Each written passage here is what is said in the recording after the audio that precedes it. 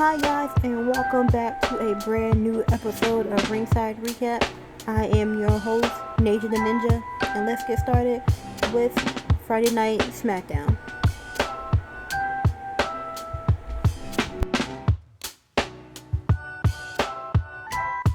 Okay y'all, welcome back to the show. We are in the last show of the week with Friday Night Smackdown, and I am quite unsure on what is gonna happen tonight. I really didn't do no seeing what they're gonna say on the social medias, but I know for a fact there have been some releases today of people of their contracts, and the big one that I have seen is the Wyatt Six. It seems like almost all the Wyatt Six members had been released from their contract, so I'm wondering what does that mean for the whole MFT thing, and are they just completely done with the whole Wyatt thing in general with WWE? Like, it's kind of weird that they released pretty much almost all of them. So I know Nikki's gone. I seen Uncle Howie gone. A couple other members. I don't think all of them are gone, but I know most of them are pretty much gone. And then I also saw Alba Fire. Alba Fire has been hanging out with Chelsea Green. She's gone. We saw Zoe Stark, who she was out for injury, but they did say that she was healthy and they decided to release her anyway. And then one of the members from Chase U from NXT, he got released today. So, I guess WWE and TKO are cleaning house of the people who are not really doing anything or not really as irrelevant as they want. But, I don't know. We'll see what's going to happen with that. And I guess we're going to see within the next couple more days if they're going to release even more people. But after all that, let's get started with the show. Okay guys, welcome back to the show. And Friday Night Smackdown opens up with Jacob Fatu coming to the ring and basically repeating what he said on Monday Night Raw about Roman Reigns and how that Jacob wants a shot for Roman Reigns championship, and Roman basically told him he is not ready yet. So then Jacob basically just says that his whole life he's been told that he's not ready for anything or it is not his time. So he is just trying to prove to himself that he is worthy of all his opportunities. And then the Usos come out and basically tries to warn Jacob and say, Roman's right, you're not ready. You don't know what you're going against with Roman. We tried to bring you into the family, but you refused. And just basically telling him, we're not your family, we're your enemy basically, because we're with Roman Reigns. So then you have Solo Sikoa and MFT come out, and then they plead their case, basically telling Jacob to believe in the Usos, that you don't need them, you will beat Roman Reigns for the championship, but you do need somebody in your corner, referring to him and the rest of the group. So Jacob was like, yeah, I don't need any of y'all, I just need Roman in this ring, and me and him are going to talk it out, and we're going to have a match probably at the next pay-per-view, Backlash, or whatever. So that was that segment, and I don't know how I feel about it. I'm not sure we're going to get a Bloodline 2.0 or a brand new Bloodline, or if it's going to be old Bloodline versus new Bloodline, or I don't know. I'm not really sure how they're going to go with this, or is somebody going to turn their back on somebody, and it's going to be a big old family war against the Samoans. So I guess we'll see when that happens. And then we get a quick little segment with Julia and Kiana James, and them two are basically bickering at each other. And Julia has to defend her championship against Tiffany Stratton coming up. So she basically telling the world, hey, I beat Tiffany once and now I'll beat her again. And her and Kiana basically started bickering at each other again. So I can kind of see them two breaking up soon, and hopefully Kiana is going to stay and not get released. But I'm gonna tell y'all some new releases that has been came out. Zelina Vega and Aleister Black are gone, which is really shocking because Aleister literally just had a match like a couple weeks ago, and then he had his storyline with Randy. So I don't know.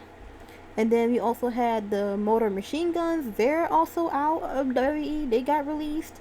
Then we have Apollo Crews, who we don't really care for, and Santo Escobar.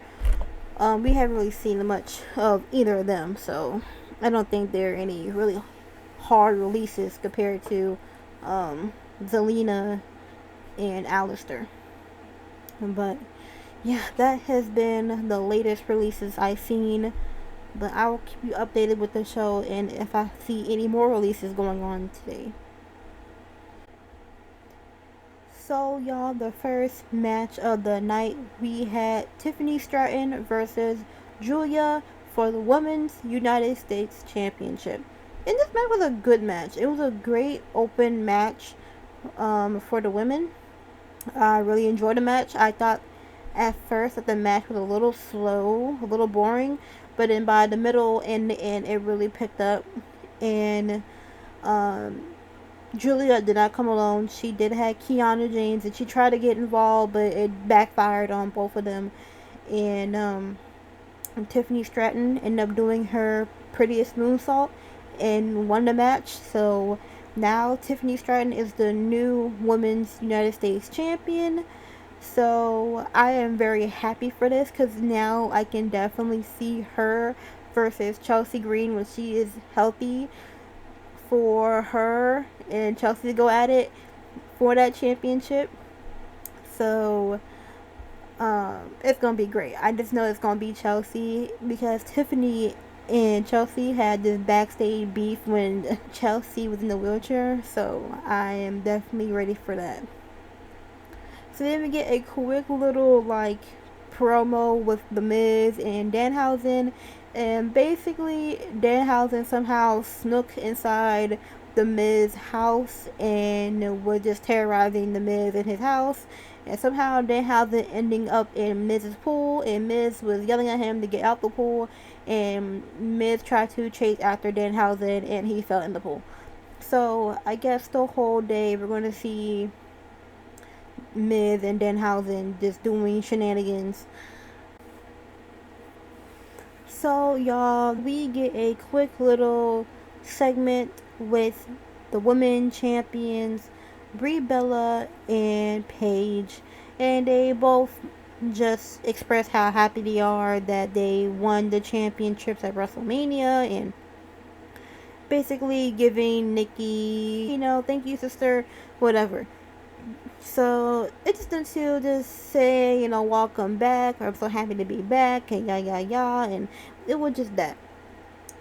And they're willing to defend their championships against anybody who wants them. So, of course, Charlotte Flair and Alexa come out and basically make themselves known that, hey, we want those championships and we want to match with y'all tonight. So, this leads up to a match between all of them. And the match was an okay match, a typical tag team match, really nothing to go crazy for. And then during the middle of the match, we have Fatal Influence from NXT beating all the girls in the ring and making themselves known as probably the new debuts for Smackdown. So all the women from Fatal Influence is all there. Um, I don't remember all their names right now, but eventually I will remember all their names eventually. But I like this idea for them to come out and they're gonna run rep shot of women's division for a little while to put some new faces on there while mostly everybody is injured or pregnant or getting released. So I like this choice. I think it's a good choice. So yeah.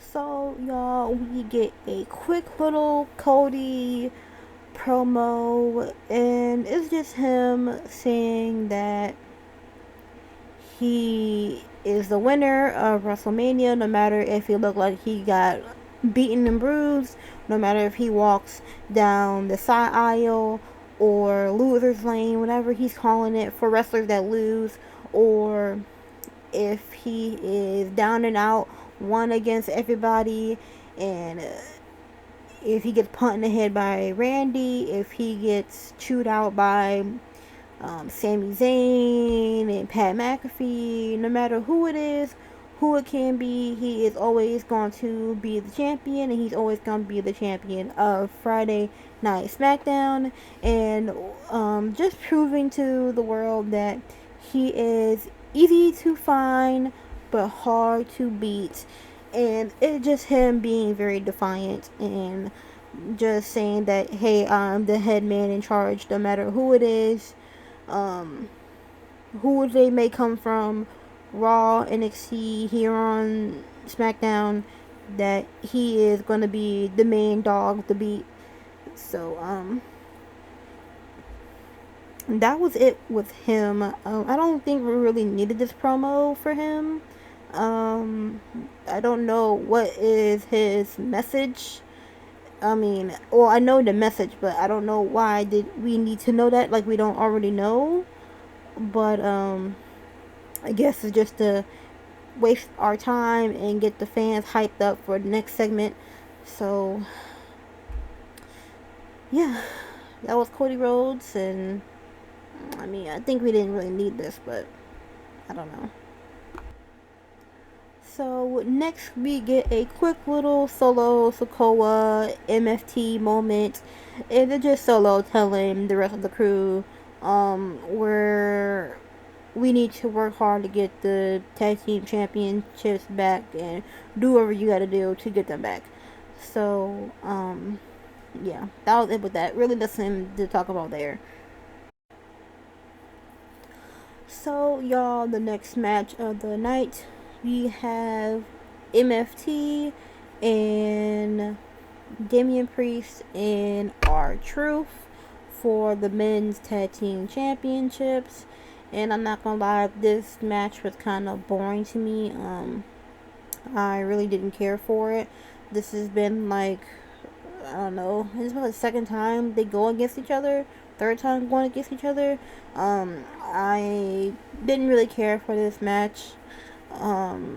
So I'm just gonna say that Damian and R-Truth retain their championship, and MFT is gonna have to come up with another plan trying to get their championships back. So after that, we get another Miz and Danhausen promo with Danhausen just roaming around in the Miz's house, and Danhausen somehow end up in the Miz golf simulation room is playing golf, and he accidentally hits Miz in the family jewels, then takes his Slammy reward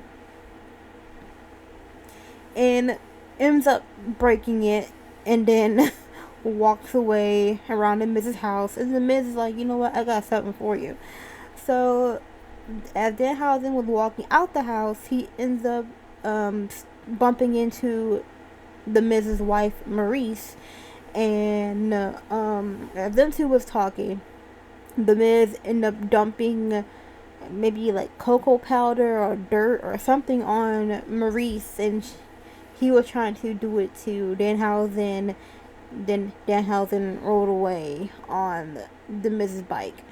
Okay, y'all, the next segment of the night, we had Trick Williams, Little Yachty, the Gingerbread Man.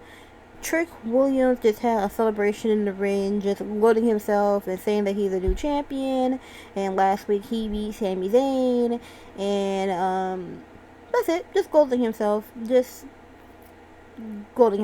Little Yachty's also glazing him as well. And they just go on talking about himself. But as they're getting ready to leave the ring, the Gingerbread Men end up attacking Trick and Little Yachty, and it ends up being Sami Zayn beating up Trick and also beating up Yachty, and giving Trick a haluva kick at the end, and that was it with that. So the next thing, we get a quick little moment with Royce Keys and the interviewer Kathy was just saying, congratulations to him and him winning the Andre the Giant Battle Royal, and just saying how proud he is of himself, and so on and so forth. And then you get Solo Sikoa telling Royce Keys that congratulations to you, and I'm a little bit upset that you took out my big man, and but I'm not going to let that get past you. You can always join MFT, basically. And Royce is like, yeah, no. So that was that. Quick little segments, really nothing too serious going on. Not really sure why Solo would even want Royce Keys in the group, but anyway. So, y'all, the next match of the night, we had Danhausen versus The Miz. And this match was okay. A typical match between them two. Don't expect too much because they really didn't do nothing. Just a lot of playing, really. I'm not going to go into much with this match. But Kit Wilson tried to get involved a little bit, but Danhausen ended up cursing the both of them. Like fireworks, pyro hit them in the face, and then Danhausen got the win, and that was it. So, yeah, really wasn't much to say nothing about that match. Hopefully we get to see a little more of Danhausen than just this of him playing, but yeah, that was it. So, y'all, the next segment we had the women's champion, Rhea Ripley, coming to the ring and basically saying how she won the championship and just celebrating herself, celebrating with the fans, thanking the fans, all the whole 9 yards. And basically telling the fans that, you know what, Jade was a great champion at WrestleMania, but I am a fighting champion. I'm going to fight for this championship no matter who it is or when it's going to happen. Kind of giving the same promo that Cody did earlier, but anyway. So Fatal Influence comes back, and they try to talk to Rhea, trying to give the heel spiel and like, yeah, we're gonna beat you, whatever. But the fans are just booing them so loudly you can barely hear what they're saying. So that's a good thing for them. The fans don't like them, so that means that they're hated. But yeah, they try to talk trash to Rhea, and Rhea's like, whatever, and laughing because no one can hear them because the fans are booing so loud. So basically, GM Nick Aldis makes a match against Rhea Ripley and Fatal Attractions JC Jade now. So yeah. So y'all, we had the match with Rhea Ripley versus JC Jade, a Fatal Influence. And all in all, this match was a good match. It was a really good match between both Rhea and JC. Now, I don't really watch NXT like that, so I really don't know much about JC. But for what the match was going on against them two, she was good. She was really, really solid. I think it was a great match for her against Rhea to get her known by the fans. But the only problem I had with this match is when Rhea was trying to go for the Riptide, the rest of the members of Fatal Influence came and helped JC and ended up causing the match for Rhea to win. But I think that was the only problem I had with this whole entire thing. But it was a great match. I wish they would have just let it go on and let Rhea get the full counted win. But yeah, I'm really excited for Fatal Influence. I think they're gonna be good. So yeah, especially JC. I think she's gonna be the best one coming out of this group. So y'all, we get a quick little segment with Jacob Fatu as he is in the back stretching, getting ready for his match later in a few. The Usos come out and basically tells Jacob that, hey, we got your back because we know that MFT is going to come out and do some shenanigans and whatever. And basically Jacob tells the Usos, I don't need you, so don't come out. I don't need you, watch my back. And the Usos like, okay, and then just walk off. So I don't know. I feel like that this is gonna be just a family Samoan war against all of them. So I'm kind of curious to see what's gonna happen in the future, but at the same time, it makes me a little nervous because I feel like it's something that we kind of already seen before.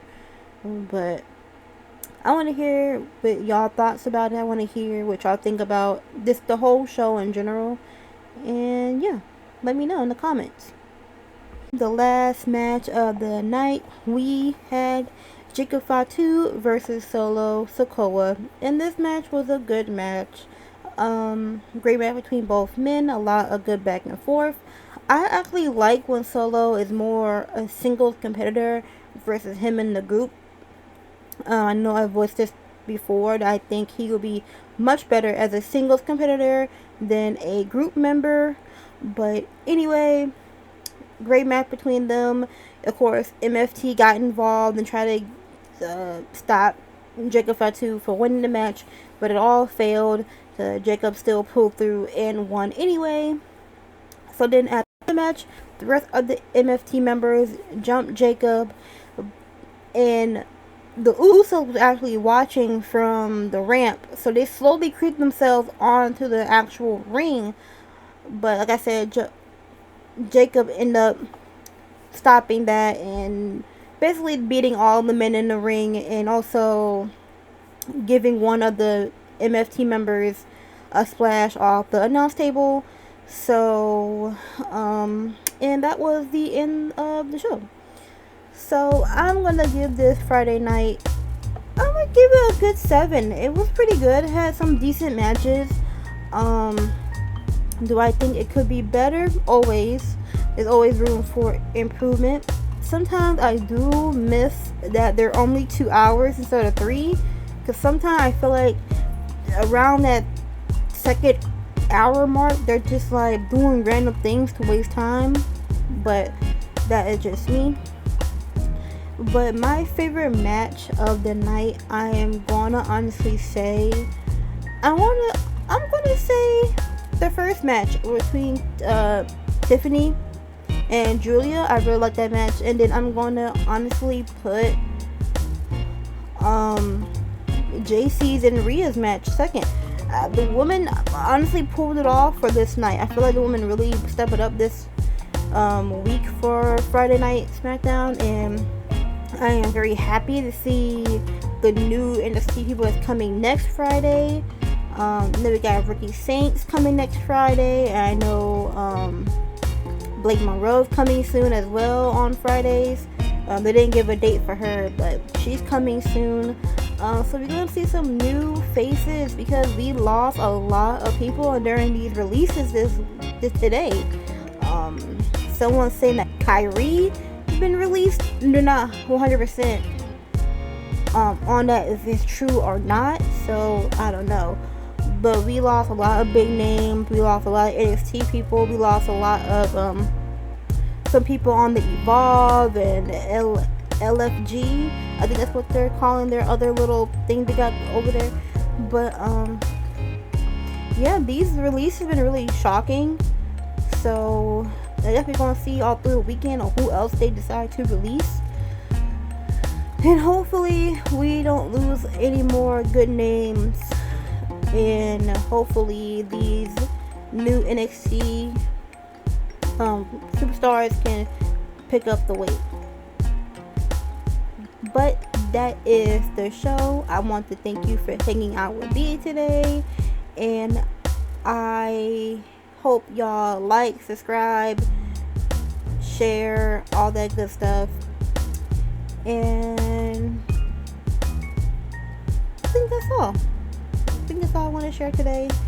So make sure y'all be blessed, love one another, and mental health matters. Bye.